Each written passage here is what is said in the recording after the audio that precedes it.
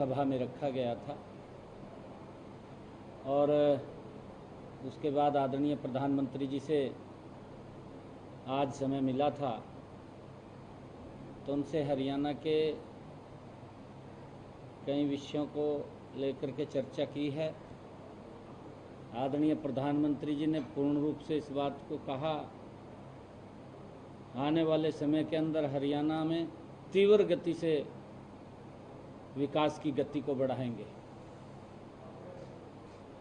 देखा भी है पिछले दिनों, चाहे हरियाणा के रोड्स की बात हो, चाहे हरियाणा के अंदर मेट्रो की बात हो, आने वाले समय के अंदर हरियाणा एक तीव्र गति से विकास की नई ऊंचाइयों को छुएगा। आदरणीय प्रधानमंत्री जी ने पूर्ण सहयोग, पूर्ण आशीर्वाद वो रहेगा और हरियाणा की जो भी कार्य होंगे, जो भी ध्यान में आएंगे, उनको गति से हम कराने का काम करेंगे। कई विषयों के ऊपर आदरणीय प्रधानमंत्री जी ने पूछा है, चर्चा की है और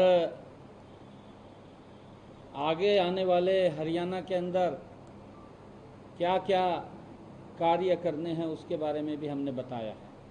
सर, इस बार हमने देखा कि विधानसभा में जो महिला रिप्रेजेंटेशन है विधायकों का वो काफी ज्यादा देखने को मिला। क्या ये दूसरे हरियाणा की ओर संकेत करता है कि वही हरियाणा था जहाँ से बेटी बचाओ बेटी पढ़ाओ की शुरुआत की गई? बिल्कुल, आदरणीय प्रधानमंत्री जी ने जब बेटी बचाओ बेटी पढ़ाओ अभियान का हरियाणा से शुभारंभ किया था, हमने देखा है कि पिछले 10 वर्षों में महिलाओं के सम्मान में नरेंद्र मोदी की सरकार ने बड़ा कार्य किया है। मुझे खुशी है कि आदरणीय मोदी जी के नेतृत्व के अंदर ही महिलाओं को सशक्त और मजबूत करने के लिए नारी शक्ति वंदन बिल भी आया। आने वाले समय के अंदर हमारी बहनें, हमारी बेटियां भारत के अंदर विधानसभाओं के अंदर वो उनकी प्रेजेंस रहेगी, वो भी विकास की गति में मुख्य भागीदारी के अंदर रहेंगी और वो बिल पास हुआ है। आने वाले समय के अंदर महिलाओं के लिए एक बड़ा आदरणीय मोदी जी ने ये तोहफा दिया है ताकि वो भी इस देश के प्रदेश के विकास में अग्रणी भूमिका के अंदर रह सकें। और उसका परिणाम है जब महिलाओं को सशक्त और मजबूत किया गया। आज महिलाएं लगातार नए नए आयामों को छू रही हैं। आदरणीय मोदी जी उनके पीछे बहुत सपोर्ट कर रहे हैं। चाहे हमारी सेल्फ हेल्प ग्रुप की बहनें हैं, उनको सशक्त करने का काम मोदी सरकार कर रही है, चाहे हमारी ड्रोन दीदी हैं। आदरणीय प्रधानमंत्री जी का ये विजन कि महिलाओं को किस प्रकार से सशक्त करके और उनको कौशल में निपुण करके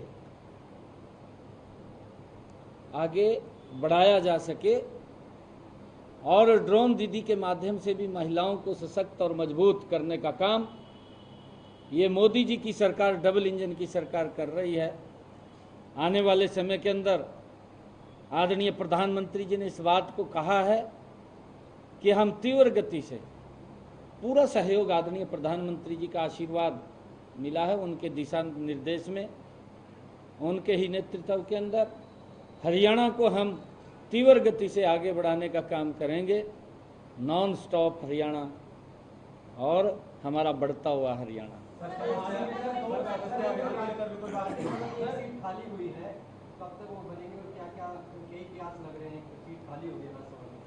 देखिए, हमारे केंद्रीय पार्लियामेंट्री बोर्ड है, वहाँ पर डिस्कस होता है, वहाँ पर चर्चा होती है और वहाँ पर जब डिस्कशन और चर्चा होती है तो उसके बाद उसके ऊपर कार्रवाई भी होती है। अभियान को लेकर भी कोई प्रधानमंत्री से चर्चा हुई है? तो हैं जी, अभियान को लेकर भी कोई चर्चा हुई है? तो हाँ, क्योंकि ये बड़ा अभियान है, सदस्यता अभियान।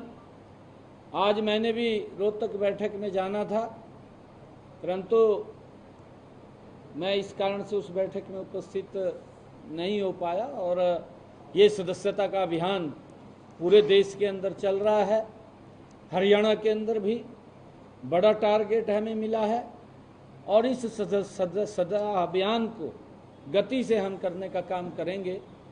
हमारे जो विधायकगण हैं, विधायकगणों को 20-20 हज़ार का टारगेट और हमारे जो सांसद हैं उनको 30-30 हज़ार का वो टारगेट मिला है। और भी सभी कार्यकर्ता, चाहे हमारे पार्टी के पदाधिकारी हैं या हमारे चुनाव लड़े हुए प्रत्याशी हैं, ऐसे सब लोग मिलकर के हरियाणा प्रदेश के अंदर जो आदरणीय जगत प्रकाश नड्डा जी ने हरियाणा को सदस्यता अभियान का एक टारगेट दिया है, उस टारगेट को हम मिलकर के अचीव करेंगे और बड़ी संख्या के अंदर भारतीय जनता पार्टी के सदस्यता अभियान के साथ जुड़ करके नए सदस्य बनाने का काम हमारी पार्टी करेगी। सर, विकास की गति को तेजी से बढ़ाने के लिए लगातार आप केंद्रीय मंत्रियों से मुलाकात कर रहे हैं। हाल ही में मेट्रो का जाल बिछाने के लिए आपने मनोहर लाल जी से मुलाकात की, सड़कों का जाल बिछाने के लिए आपने नितिन गडकरी से मुलाकात की। आने वाले समय में सर ऐसे कौन से प्रोजेक्ट होंगे जिनको लेकर आप और भी विकास की गति को आगे बढ़ाएंगे? मैंने आपको बताया था उस दिन जब हम आदरणीय मनोहर लाल जी को भी मिले, मेट्रो की सभी जो लाइनें हैं, चाहे RRTS है चाहे मेट्रो है, उसको लेकर के जो सराय काले खां से निकलेगी और वो करनाल तक जाएगी, तो उन सब बातों की मैंने आपसे चर्चा की थी कि हम इसके ऊपर गति से काम करने वाले हैं।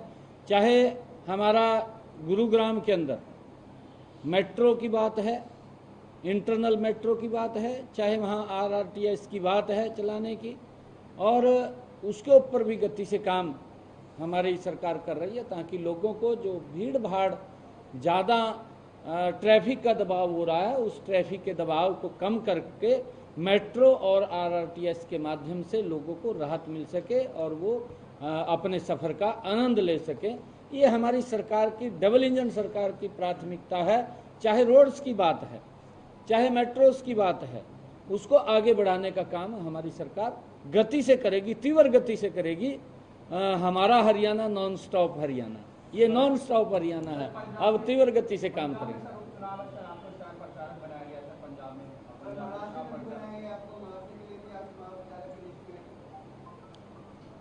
अभी मुझे आपसे पता लगा है, पार्टी क्योंकि निर्णय करती है और उपचुनाव के अंदर वहाँ पर बुलाते हैं तो अवश्य हम जाएंगे। सर, एक दिन का सत्र पूरा हो चुका है। एक अहम पद होता है लीडर ऑफ अपोजिशन का, वो अभी तक तय नहीं हो पा रहा है कांग्रेस की तरफ से। क्या लगता है कि अभी लंबा समय लग सकता है या फिर आपस में खींचतान जारी है अभी? हाँ, देखिए, जो आपने कहा है कि उनका इंटरनल मामला है, कौन ओपोजिशन का लीडर बनेगा, परंतु अभी गुत्थम गुत्था चल रहा है कि किसको बनाएंगे किसको नहीं बनाएंगे। कुछ लोग किसी का नाम लेते हैं, कोई किसी का नाम लेता है, और द्वंद्व चला हुआ है कांग्रेस में। कांग्रेस में जो ये द्वंद्व है, ये क्योंकि लोगों की, मैं तो ये मानता हूं कि जो विपक्ष की भूमिका है, वो भी विपक्ष की भूमिका कांग्रेस की चिंताजनक है। कहीं भी देख लीजिए आप, केंद्र में देख लीजिए, झूठ से सिवा कुछ नहीं है। ये खड़े होते हैं, मुद्दे पे बात नहीं करते, झूठ फैलाने का काम करते हैं, लोगों को गुमराह करने का काम करते हैं। अभी ये मैं देखता हूं, क्योंकि मैं लोकसभा में भी रहा हूं, लोकसभा के अंदर भी कांग्रेस के नेता, कांग्रेस के जो इंडी गठबंधन के नेता हैं, झूठ लेकर के फैलाने का काम करते हैं और कुछ नहीं बोलते। वो उनके पास मुद्दा नहीं होता। वो ये नहीं कहते हैं कि मोदी जी ने ये योजना चलाई है, इसके अंदर ये कमी है, इसको सुधार किया जाए, ये नहीं बात करते। वो इस प्रकार की बात नहीं करते। इस जैसे आदरणीय प्रधानमंत्री जी ने आयुष्मान कार्ड दिया, 5 लाख रुपए का लाभ मिल रहा है, लाभ तो सभी को मिल रहा है, किसी से कोई द्वेष नहीं है, किसी से कोई भेदभाव नहीं है, परंतु उसकी बात नहीं करेंगे। भाई ये बात करेंगे खड़े होकर के, इसको नहीं लाभ मिला, इसका कार्ड बना हुआ है। भाई सबको लाभ मिल रहा है, बिना भेदभाव के मिल रहा है, परंतु गुमराह करते हैं, लोगों को बरगड़ाते हैं, झूठ बोलते हैं, और झूठ बोल करके ये अव्यवस्था फैलाना चाहते हैं। आज पूरा का पूरा देश कांग्रेस के उस झूठ को जान चुका है, समझ चुका है, और पूरे देश के अंदर कांग्रेस का सुपड़ा साफ हो रहा है। अब कहीं पर कांग्रेस दिखाई नहीं दे रही है, क्योंकि इसकी गलत नीतियाँ हैं, लंबे समय की गलत नीतियाँ हैं, और उन नीतियों के कारण लोग कांग्रेस के ऊपर विश्वास करना बंद कर गए हैं। जो इनके गठबंधन भी हैं, जो इनके साथी लगे हुए हैं, वो भी इन्हीं के भाई हैं कांग्रेस के, क्योंकि ये भी झूठ बोलते हैं, वो भी बोलते हैं, ये भी भ्रष्टाचार करते हैं, वो भी भ्रष्टाचार में फंसे हुए हैं। अगर आप लोग देखेंगे कि जितने लोग हैं इंडी गठबंधन में लगे हुए, एक ते बड़ा एक पहलवान है, तकड़ा पहलवान है, मजबूत है, और भ्रष्टाचार के अंदर मजबूत पहलवान है। अगर देखेंगे ऐसे अधिकारियों को निर्देश दिया है कि 17% नमी वाले धान ये कि दाने को खरीदे और उसको एमएसपी में खरीदे। बिल्कुल ये सख्त आदेश कल दिए हैं। मैंने ये बात कही है, अगर किसी किसान ने, मैं बात सुनता हूँ, मैंने अधिकारियों के बीच में कहा, मैं बात सुनता हूँ, अगर किसी भी किसान ने मुझे आकर के ये बोल दिया, उसके खिलाफ कार्रवाई होगी, क्योंकि हमारी सरकार का कमिटमेंट है कि 17 मॉइस्चर जो भी नमी का है उसको एमएसपी पर खरीदने का काम ये हमारी सरकार करेगी। इसके अंदर कोई किंतु परंतु नहीं है, ये स्पष्ट कहा है। गीता जयंती महोत्सव का भी कार्यक्रम है हरियाणा में, और साथ ही झारखंड और महाराष्ट्र के भी चुनाव है, इसको लेकर के भी सर प्रधानमंत्री से आपकी चर्चा हुई क्या, मुख्य अतिथि के तौर पर उनको वहाँ पर लाया जाए? देखिए, क्योंकि गीता जयंती को लेकर के भी चर्चा हो रही है, क्योंकि अंतर्राष्ट्रीय गीता जयंती महोत्सव ये हमारी जो संस्कृति, हमारे संस्कार हैं, और जो लैंड ऑफ गीता हम सब के लिए बड़ा गर्व की बात है कि एक कुरुक्षेत्र की पवित्र भूमि, जहाँ पर भगवान श्री कृष्ण ने स्वयं अपने मुखारबिंद से ये ज्ञान का संदेश दिया, कर्म का संदेश दिया, उस गीता जयंती को कुरुक्षेत्र की पवित्र भूमि के ऊपर ही नहीं, हरियाणा के हर घर के अंदर तो मनाते ही हैं, परंतु पूरे देश और पूरे विश्व के अंदर अंतर्राष्ट्रीय गीता जयंती महोत्सव हर्षोल्लास के साथ मनाया जाता है। लाखों की संख्या में लोग गीता जयंती महोत्सव में भाग लेते हैं। हमने केंद्रीय नेतृत्व को, ये सभी हम नेताओं को निमंत्रण देते हैं, और उसमें जैसे भी समय लगता है हमारे नेतागण उसके अंदर उपस्थित होते हैं, आते हैं।